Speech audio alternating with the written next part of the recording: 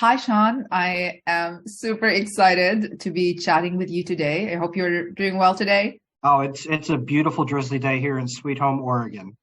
That's awesome. That's awesome. So just like to start, we all know that I would say the pandemic accelerated kind of how the schools are relying heavily on technology to be able to teach, for teachers to teach and for students to learn as well. And you're a technology specialist. So I have a couple of questions to ask you, but before I do that, maybe you can start by introducing yourself, the role that you have, the school that you work at.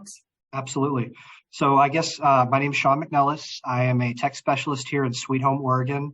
I work for the school district, but between the six schools that we facilitate technology for. So we have four elementary schools, one junior high, and one high school. There's approximately 2,100 to 2,300 students per year. And so it's just increasing, which is a good thing. We want students. We want them to have their opportunity. And so I handle the technology for Chromebook deployment, as well as Chromebook device management, and some of the workstation management for teachers as well as administrators for my district. Interesting. And in terms of numbers, how many students do you have overall? About 22 right now, 2,200.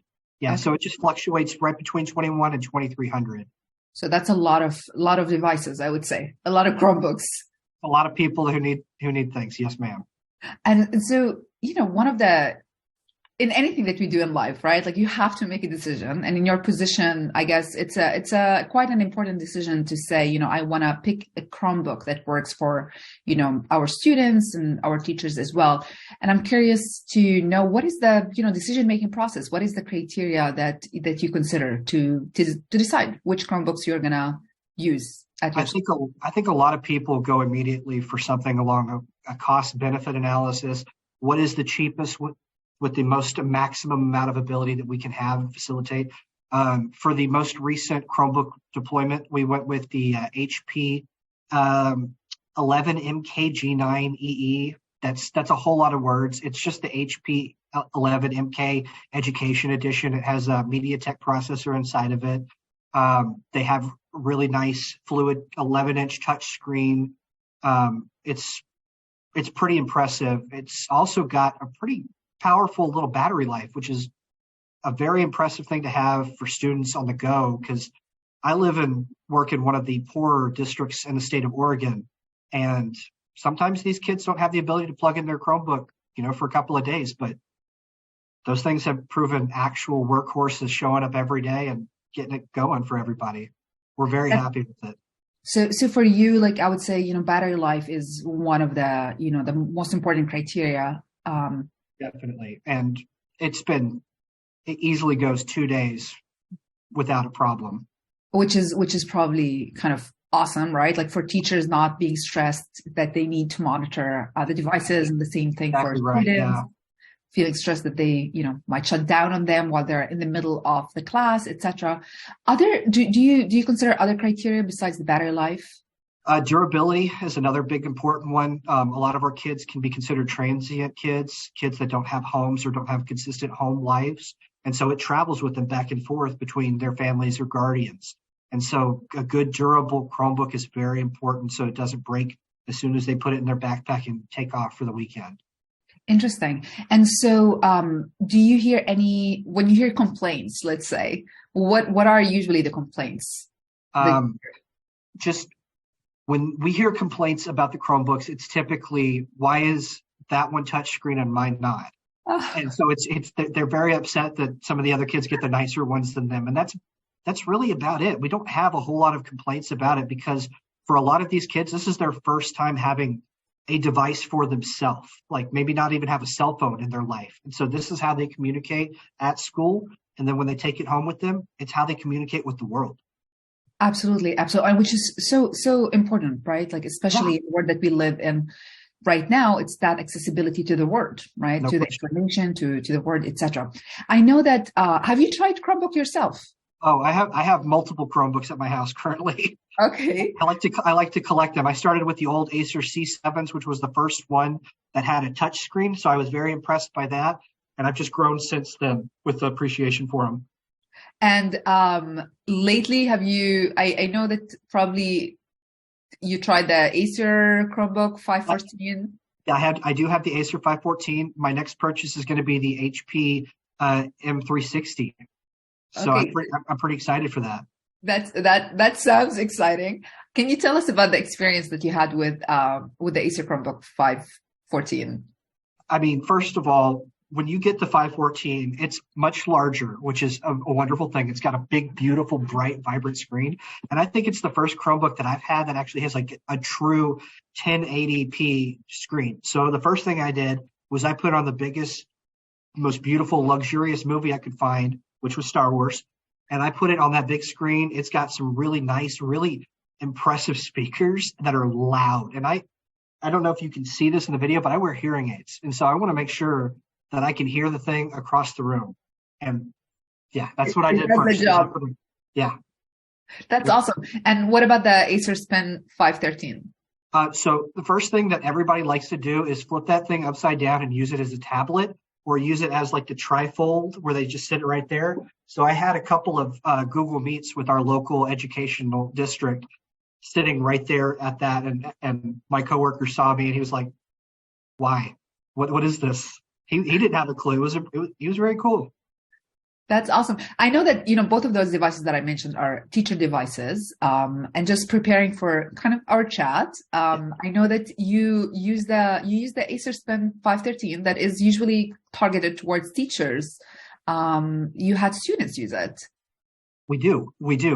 So the HPs that we have for everybody else, those are standard, but sometimes you need a little beefier processing power to be able to run some programs for like augmentative communications, kids with special needs, make it easier for them to point out on the screen what they need.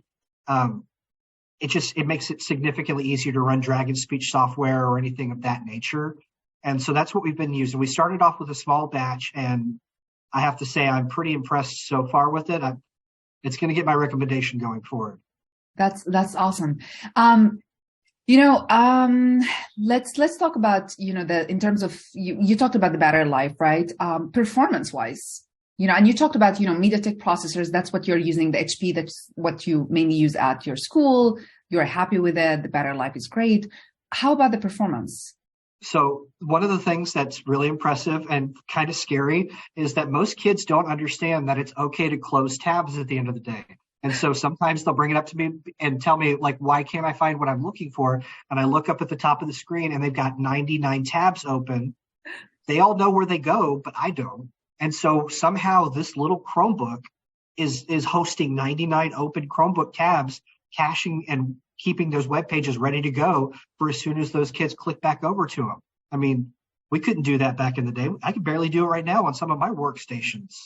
Do you find that, because sometimes when we think about devices, right, you are a technology specialist, so you know that, but it's this whole idea that, yes, you might have the same exact device, but if it has a different processor, the whole experience would be different.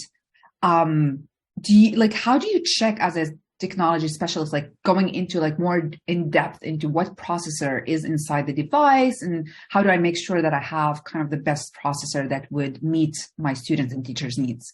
So the first thing I do, and it's something that my recommendation for everybody is, you want longevity in a device.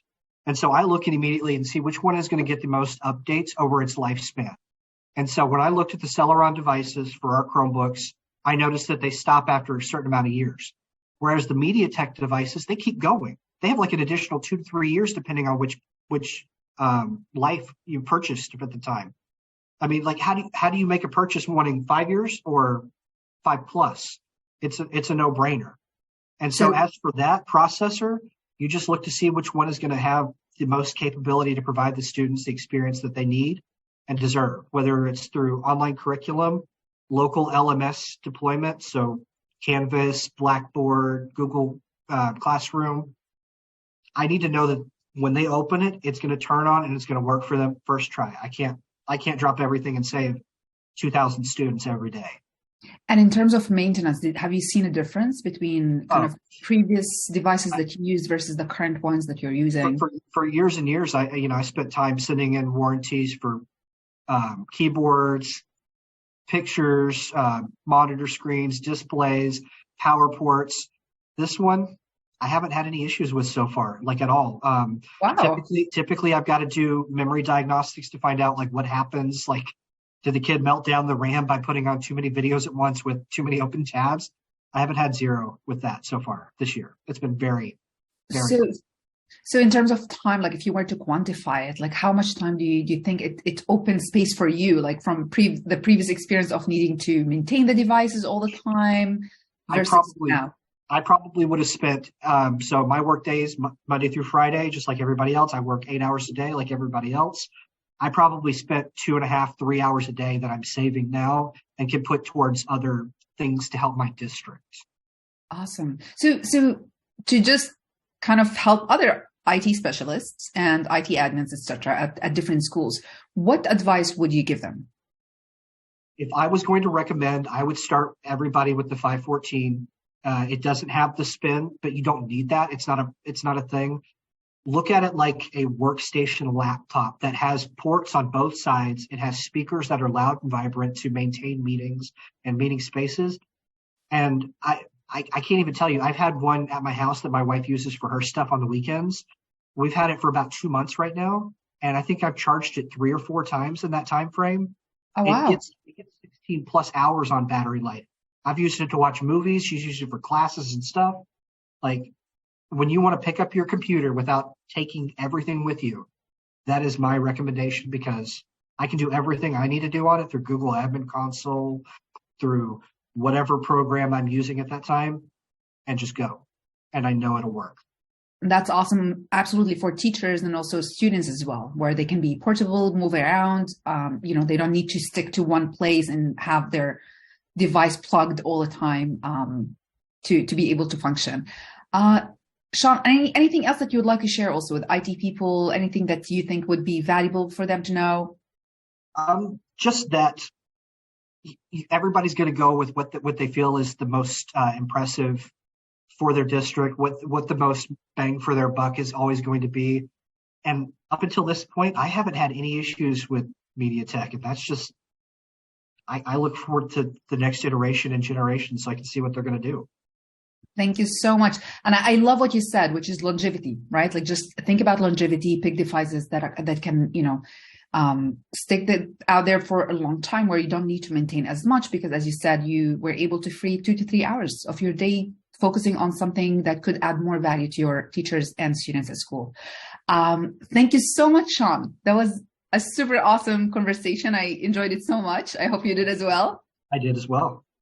Thank you so much for sharing your experience with me. I totally appreciate it. Thank you. Have a great rest of your day. Thank you. You too.